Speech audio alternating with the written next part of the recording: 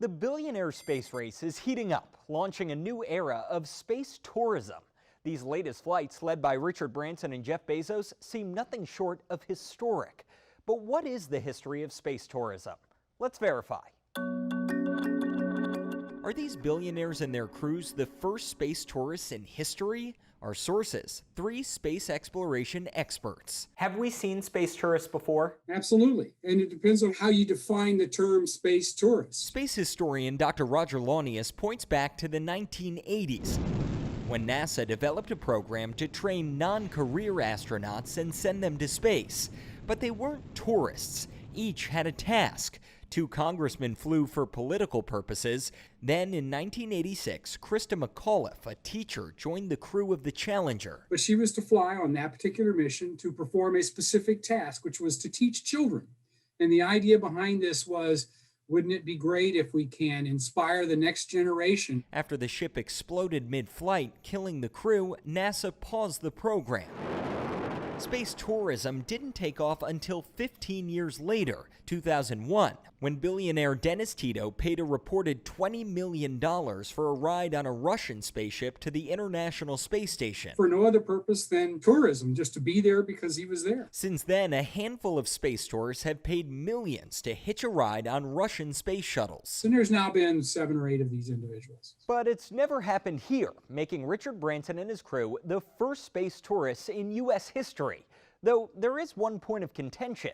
Did Branson actually get to space? It's always going to be contentious. Dr. Erik Seedhouse teaches spaceflight operations at Embry-Riddle Aeronautical University. There are 2 definitions of space. Branson's Virgin Galactic flight reached 54 miles above Earth, just past the 50-mile threshold NASA and the FAA used to mark the start of space.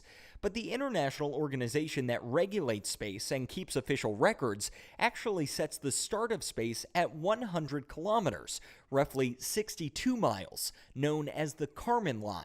Jeff Bezos plans to soar 66 miles up this Tuesday and cross the Kármán line. Blue Origin, Bezos' company, took a jab at Virgin Galactic on Twitter, saying their rocket, New Shepard, was designed to fly above the Kármán line so none of their astronauts have an asterisk next to their name. There will always be an asterisk next to those flights if you get below 62 miles and still try and call it space. Either way, experts say these private companies are changing the game for space tourism. This is about the normalization of spaceflight. Marco Caceres is a senior space analyst at the Teal Group, a defense and aerospace consultancy. Essentially, it's going to jumpstart an industry that really hasn't been particularly robust really since the dawn of the space age, because it's been dominated by government, and government tends to be much more cautious. But space tourism is still reserved for those with deep pockets. SpaceX, owned by Elon Musk, is charging $55 million each to fly a group of tourists to the ISS next year. Blue Origin auctioned off their first ticket for $28 million. A 1-hour trip on Virgin Galactic spaceplane costs a bit less, just a modest $250,000, though the price should come down as more ships go up. Will there come a time where you and me can take a flight like this?